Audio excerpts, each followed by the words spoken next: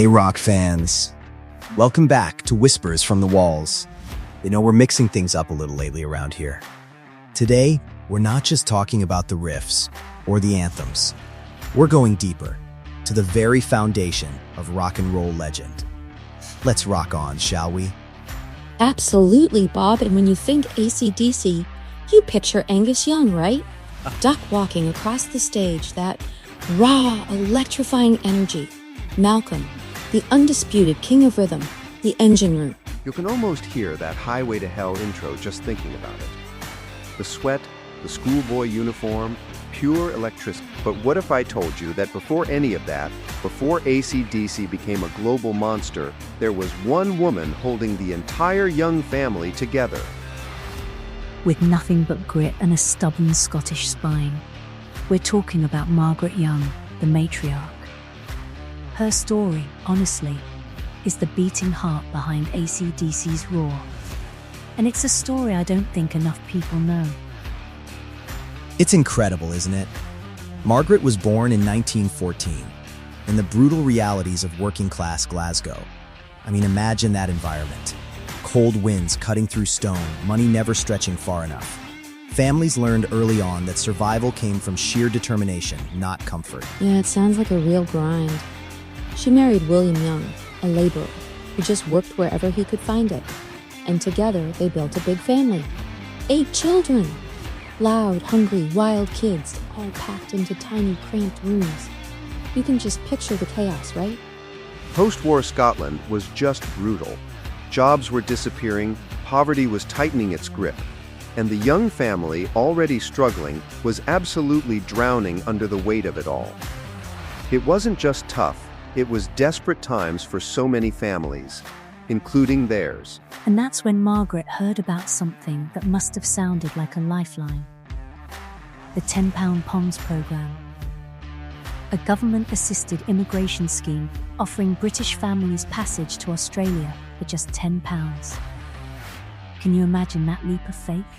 £10 for an entire family to sail across the world. It was marketed like a dream, wasn't it? Sunshine, opportunity, a new life. And Margaret, bless her, she didn't hesitate. She made the decision that would literally change rock and roll history.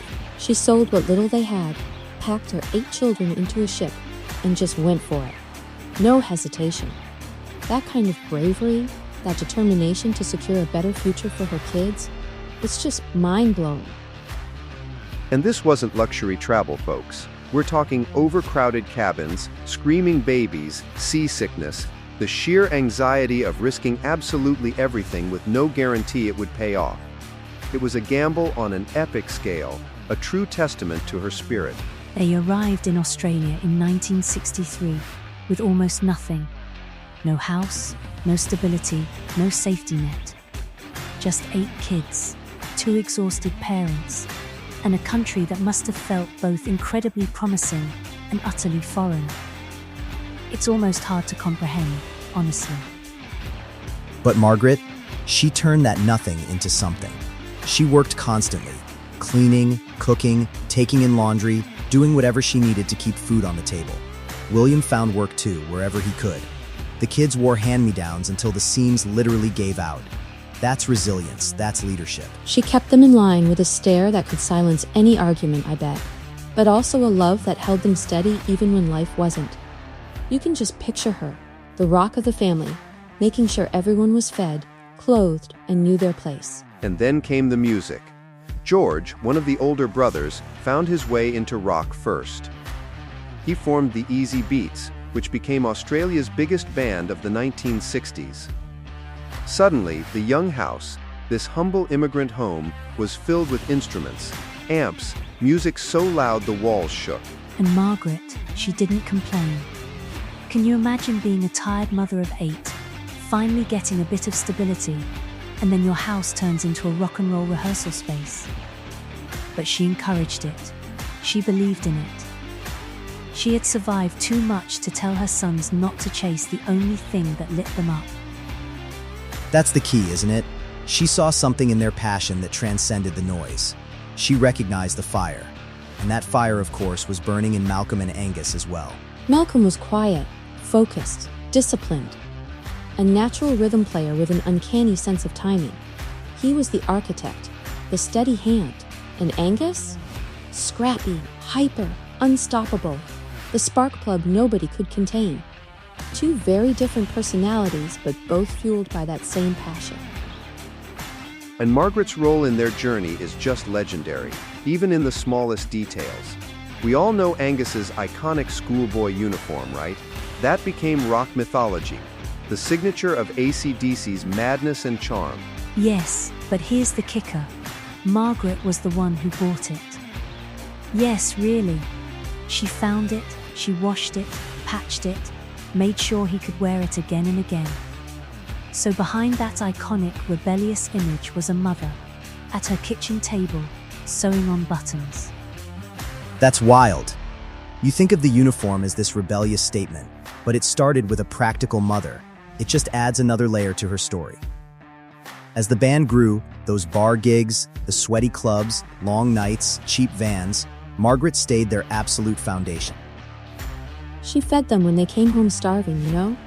She encouraged them when the world shrugged and told them they were just making noise. She believed in Malcolm's discipline and Angus's chaos long before the industry even took notice.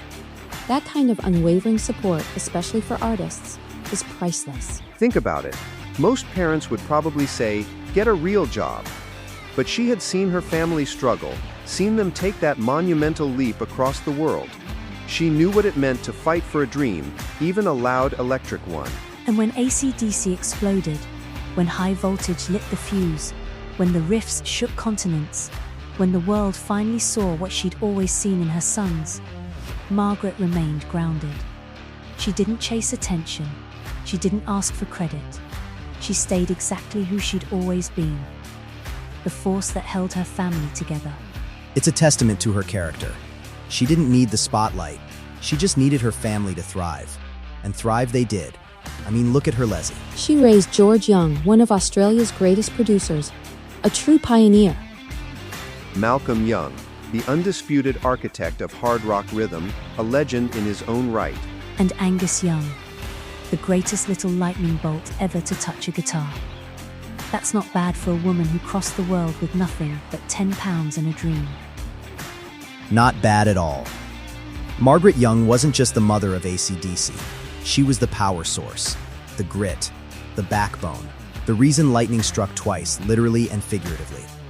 This episode, honestly, is dedicated to her, the immigrant woman behind the monsters of rock, the mother whose strength electrified the world. What an incredible story. It really puts a whole new perspective on the band, knowing that kind of foundation was there. It humanizes them too. Behind the spectacle, there's always a story of struggle and unwavering belief. And in this case, it was Margaret leading the charge. It's a powerful reminder that behind every great success, there are often unsung heroes, quiet forces making it all possible. Margaret Young is definitely one of them. Absolutely. So next time you hear an AC/DC riff, just take a moment to remember Margaret Young. Her courage, her vision, her sheer will. Thank you for tuning in to Whispers from the Walls. We'll be back next time with more stories from the annals of rock history. Keep rocking, everyone.